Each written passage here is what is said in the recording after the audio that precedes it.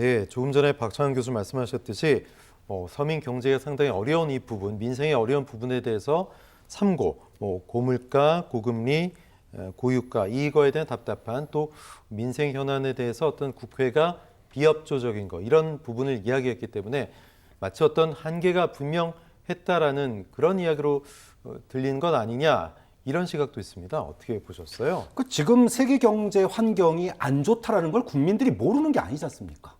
고유가, 고물가, 고금리, 그다음에 고환율 이걸 모르는 사람은 아무도 없어요. 그 속에서 그러면은 우리는 무엇을 할 것인가?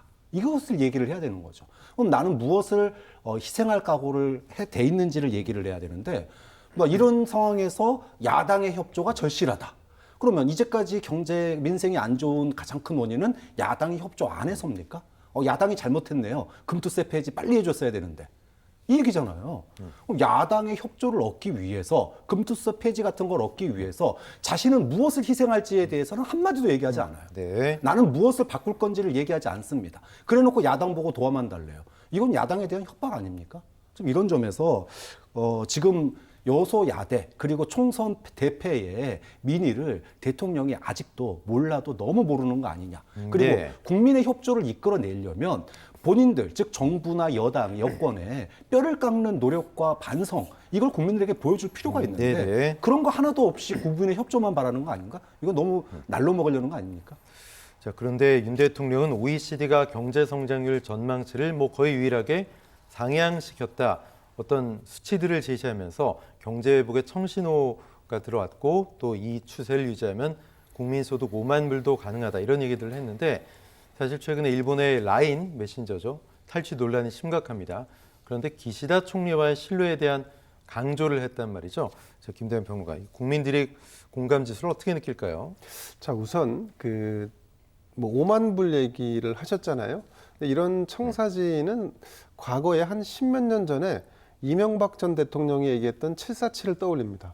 앞으로는 7%씩 매년 성장하고 네. 10년 뒤에는 4만 불, 국민소득 4만 불이 되고 그리고 7년 뒤에는 또 세계 7대 강국이 되고 이런 식의 사실은 이런 거는 수치는 좋아 보이지만 국민이 공감하지 못하는 공허함을 준다. 그런 점에서는 이런 방식보다는 국민이 느끼는 고통이 지금 어느 정도인지에 대한 공감을 어떤 식으로든지 끌어냈어야 되는데 윤석열 대통령은 나름대로 국정을 열심히 하고 있겠습니다만 국민들에게 이런 공감을 전달하는 능력은 여전히 굉장히 점수를 높게 주기 어렵다. 이런 평가를 할 수 있고. 그런 내용은 처음에 요즘 참 많이 힘드시죠? 그거였던 것 같아요. 그렇습니다. 맞습니다. 그렇게 이제 발언을 시작하는 게 중요한데 네네. 그런 게 여전히 서툴죠. 그러니까 이 검사의 어떤 그 체질이랄까 이런 걸 보면 제가 느끼는 바는 중요한 거는 죄가 있냐 없냐 아니야 나머지는 격가지 문제 아니야 네. 이런 방식이 몸에 배어 있는 것처럼 느껴지는 부분입니다.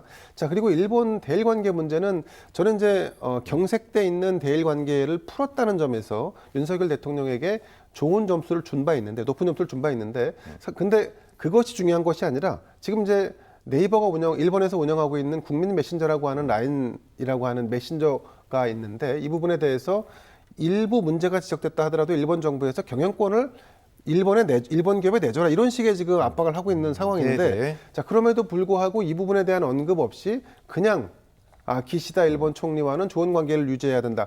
이런 식의 뉘앙스의 발언을 하는 것은 사실은 우리가 국민이 원하는 바가 아닙니다. 국민이 원하는 것은 일본과의 관계를 개선을 통해서 국익에 도움이 되는 관점에 접근을 하라는 거고 당연히 그렇게 할 걸로 기대하고 있는데 국익에 도움이 돼야 하는 사건에 대해서는 이를테면 말을 하지 않거나 수수방관하고 네. 있고 단순 관계 개선에 방점을 찍는다는 것은 저는 국민이 걱정하는 부분에 대해서 충분한 공감대를 형성하는 발언인 답변이 아니었다라고 보고 그리고 앞으로도 사실 독도문제도 마찬가지입니다만 우리가 따질 건 따지면서도 국익을 추구하는 관점에서의 대통령의 대일 관계를 설정해야지 그렇지 않으면 경색돼 있는 대일 관계를 복원한 것 자체가 높은 평가를 받기는 어렵다라고 봅니다.